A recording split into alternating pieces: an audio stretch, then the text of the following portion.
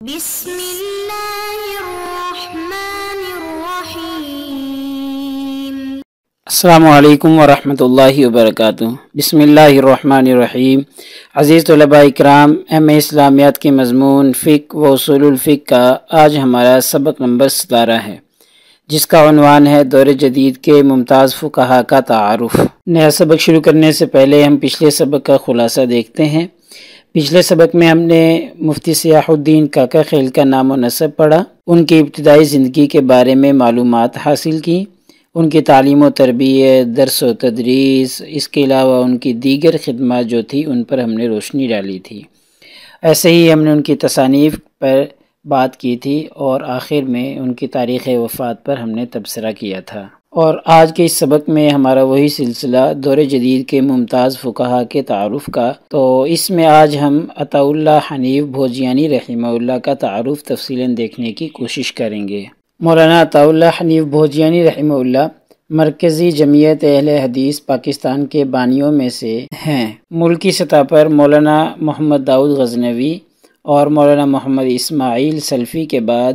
ان کا شمار مسلک اہل حدیث کے نمائندہ اور ترجمان میں ہوتا ہے۔ تو سب سے پہلے ہم ان کا نام و نسب دیکھتے ہیں۔ آپ کا نام عطا اللہ حنیف تھا اور آپ کے والد کا نام میاں صدر الدین تھا، اور آپ کے والد جو تھے وہ خود بھی دینی تعلیم سے کما حقہ آشنا تھے اور قرآن مجید ترجمے کے ساتھ پڑھا ہوا تھا، اور آپ کی پیدائش ایک محتاط اندازے کے مطابق 1909 یا 1910 میں علاقہ بھوجیاں، ضلع امرتسر، ہندوستان میں ہوئی۔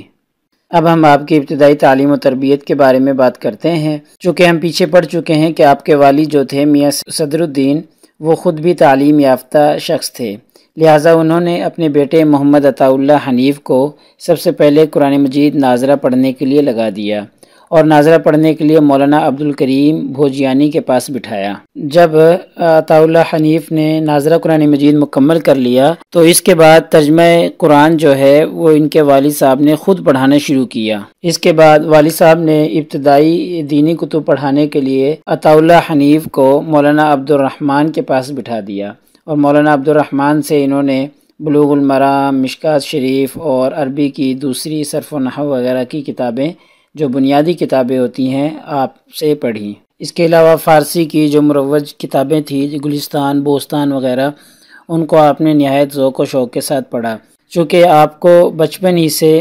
تحصیل علم کا فطری ذوق تھا، اور پھر یہی ذوق و شوق آپ کو آہستہ آہستہ دلی لے گیا، اور دلی شہر میں جا کر آپ نے مدرسہ حمیدیہ کے اندر داخلہ لیا اور وہاں 2 سال تک سیاہ ستہ، تفسیر جلالین کی تعلیم پاتے رہے۔ اسی دوران دوسرے سال میں مولانا شرف الدین دہلوی رحمہ اللہ سے شرح نخبۃ الفکر اور موطا امام مالک کا درس بھی لیا۔ پھر آپ دلی سے واپسی پر ضلع گوجرانوالہ چلے گئے اور وہاں پر حضرت مولانا محمد محدث گوندلوی کے حلقہ درس میں شریک ہو گئے۔ یہاں آپ نے حضرت حافظ صاحب سے تفسیر بیضاوی، عربی ادب، فلسفہ، فقہ اور اس جیسے دوسرے علوم پر دسترس حاصل کی۔ یہاں تعلیم مکمل کرنے کے بعد مزید تعلیم کے حصول کے لیے آپ لکھو کی ضلع فیروز پور روڈ چلے گئے، اور وہاں پر جا کر آپ نے درس نظامی کی دوسری کتب پر عبور حاصل کیا۔ اس وقت آپ کی عمر تقریباً 23 یا 24 سال ہو چکی تھی۔ جب آپ نے اپنی تعلیم مکمل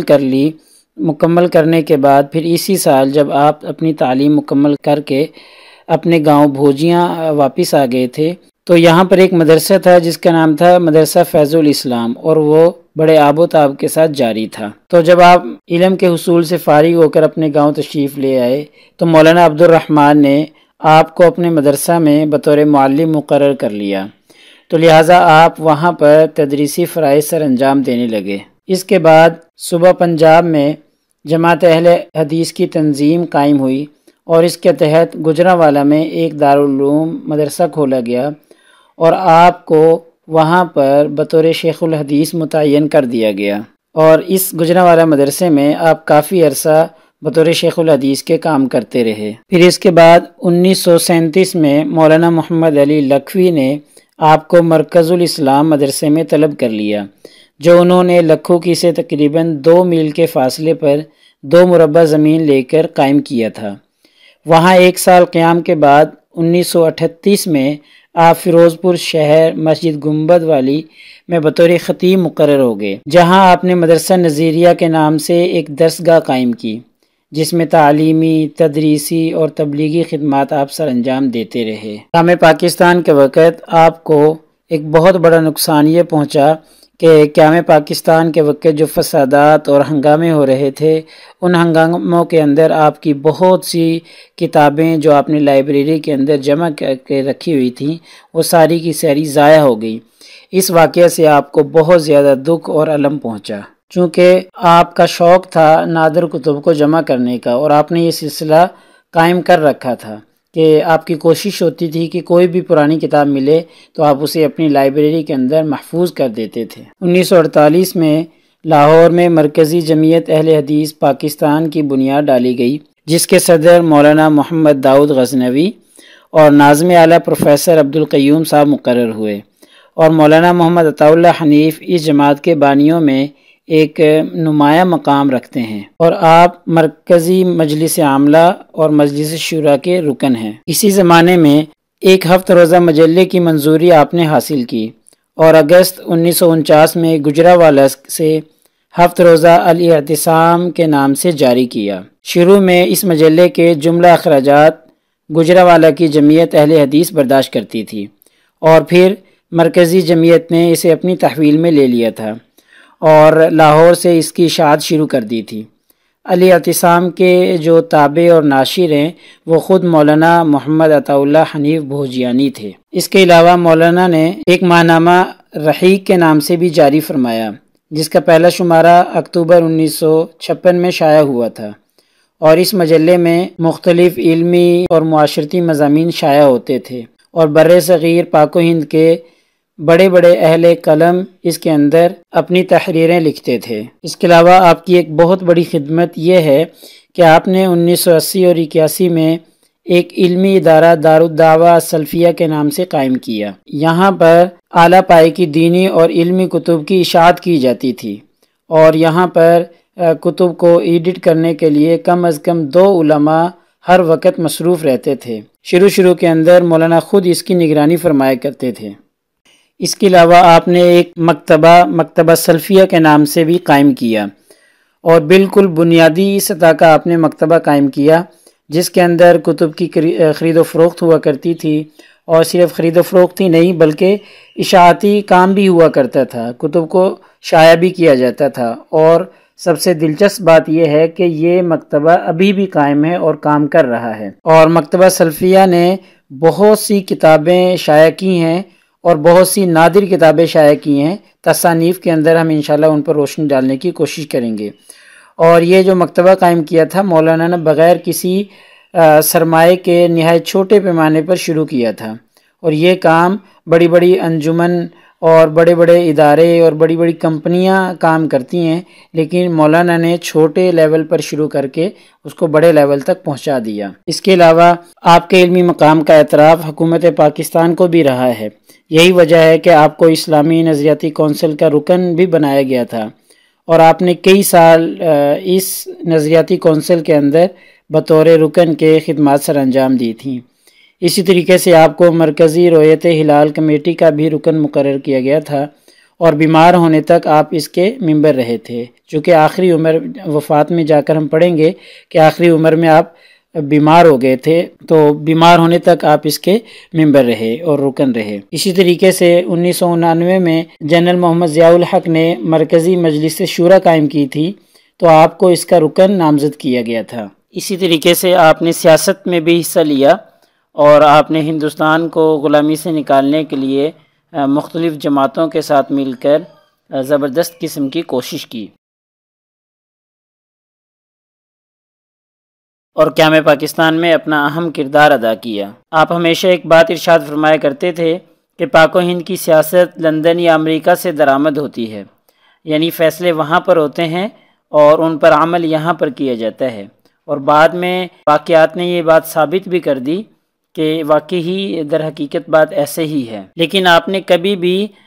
حکومت کے اندر شامل ہونے کی کوشش نہیں کی، اور نہ ہی آپ کی خواہش تھی، بلکہ آپ نے اس سے استغنا برتا تھا۔ ضیاء الحق شہید نے جب اسلامی نظریاتی کونسل تشکیل دی تو اس میں آپ کو اس کا رکن بننے کی آپ سے درخواست کی تھی، لیکن آپ نے انکار کر دیا تھا، اور پھر ضیاء الحق شہید کی طرف سے بارہا اصرار کیا گیا تو پھر آپ اس کے رکن بنے۔ اب ہم آپ کی تصانیف کے بارے میں بات کرتے ہیں۔ آپ کی بے شمار اور بہت ہی کثیر تعداد کے اندر تصانیف موجود ہیں، جن میں ایک اہم تصنیف التعلیقات السلفیہ علی سنن النسائی، یہ سنن النسائی سیاہ ستہ میں شامل ہے۔ اس پر علامہ نے ایک بہترین اور جامع قسم کا حاشیہ تحریر فرمایا تھا، جس کی وجہ سے اساتذہ اور طلباء کو جو سنن النسائی پڑھنے میں پریشانیاں ہوتی تھیں، ان تمام پریشانیوں کو یہ حاشیہ دور کر دیتا ہے۔ دوسری اہم تصنیف جس کا نام حیات امام شوکانی رحمہ اللہ ہے، یہ آپ کی پہلی تصنیف ہے، اور اس کتاب کے اندر امام شوکانی کے اوپر جو الزام رافضیت اور زیدیت کا لگایا جاتا ہے، آپ نے ان الزامات کا شافی جواب دیا ہے اور ان کا رد کیا ہے۔ اس کتاب کو آپ نے تقسیم ہند سے پہلے تالیف فرمایا تھا، اور اس کی اشاعت حافظ محمد مولانا زکریا رحمہ اللہ نے فرمائی تھی۔ ایسی آپ کی ایک اہم تصنیف اور مقبول ترین تصنیف پیارے رسول صلی اللہ علیہ وسلم کی پیاری دعائیں ہے۔ آپ کی یہ کتاب دعاؤں کے مجموعہ پر مشتمل ہے۔ اسی طریقے سے آپ کی اہم تصانیف میں امام احمد بن حنبل رحمہ اللہ اور امام ابن تیمیہ رحمہ اللہ اور امام ابو حنیفہ رحمہ اللہ کی سوانح حیات پر جو کتابیں پروفیسر ابو زہرہ رحمہ اللہ نے لکھی تھیں، ان کا آپ نے ترجمہ کرا کے اور ان پر کچھ تعلیقات لکھ کر اور جو کچھ کمیاں باقی تھی، کچھ اعتراضات کے جوابات وغیرہ کا اضافہ کر کے پھر ان کو شائع کیا۔ اب ہم آپ کی وفات کے بارے میں بات کرتے ہیں۔ 1982 میں آپ پر اچانک فالج کا حملہ ہوا، تو مولانا پہلے ہی جسمانی طور پر دبلے پتلے تھے، اور جب فالج کا حملہ آپ کے اوپر ہوا تو مزید آپ کمزور ہو گئے، اور اس وقت تقریباً آپ کی عمر بھی 70 سال سے اوپر ہو چکی تھی۔ تو فالج کی وجہ سے آپ صاحب فراش ہو گئے اور ہمیشہ بستر پر ہی رہنے لگے۔ آپ کے بیٹے حافظ احمد شاکر آپ کے علاج معالجے میں اور تیمارداری میں مصروف رہتے، اور آپ کا ہر طریقے کا علاج، طب یونانی، ہومیوپیتھک اور ایلوپیتھک وغیرہ کا ہر طریقے سے علاج کیا گیا، لیکن آپ کی بیماری بعض دفعہ دور ہو جاتی تھی اور بعض دفعہ دوبارہ سے حملہ کر دیتی تھی، لیکن آپ دوبارہ سے اٹھ نہ سکے۔ لیکن کبھی کبھی آپ بعض دفعہ پیدل یا بعض دفعہ رکشے یا موٹر سائیکل پر اعتصام کے دفتر یا سلفیہ لائبریری میں تشریف لے آتے تھے، اور یہ صرف اور صرف دل جمی کے لیے یہاں پر تشریف لاتے تھے۔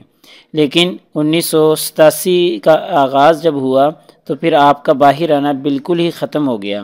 اور آپ گفتگو میں بھی بعض دفعہ اٹک جاتے تھے اور زبان خاموش ہو جاتی تھی، آپ سے بات نہیں کی جاتی تھی۔ لیکن تقدیر کا فیصلہ کچھ اور ہی تھا، آپ دوبارہ صحت یاب نہیں ہو سکے، تو لہٰذا 2 اکتوبر 1987 جمعۃ المبارک کے دن آپ اللہ تعالیٰ کو پیارے ہو گئے۔ لہٰذا آج کے ہمارے اس سبق کا خلاصہ یہ بنتا ہے کہ آج کے اس سبق میں ہم نے عطا اللہ حنیف بھوجیانی کا نام و نسب سیکھ لیا، ان کی ابتدائی زندگی کے بارے میں معلومات حاصل کر لیں، اور ان کی تعلیم و تربیت انہوں نے کہاں سے کیسے حاصل کی، اور ان کے درس و تدریس کے بارے میں ہم نے معلومات حاصل کی، اور درس و تدریس کے علاوہ جو ان کی خدمات تھیں دین کے لیے، اسلام کے لیے اور ملک کے لیے، ان پر ہم نے تفصیلاً روشنی ڈالی ہے، اور آخر میں ان کے بیمار ہونے اور طویل عرصہ وہ بیمار رہے، اور اس کے بعد ان کی وفات کی تاریخ کے اوپر ہم نے تبصرہ کر لیا ہے۔ لہٰذا اگلے سبق نمبر 18 میں ہمارا یہی سلسلہ دور جدید کے ممتاز فقہا کے تعارف کا چلتا رہے گا، اور اس میں ہم مصطفیٰ الزرقہ رحمہ اللہ کا تعارف تفصیلاً پڑھنے کی کوشش کریں گے۔ جزاکم اللہ خیر۔ السلام علیکم ورحمۃ اللہ وبرکاتہ۔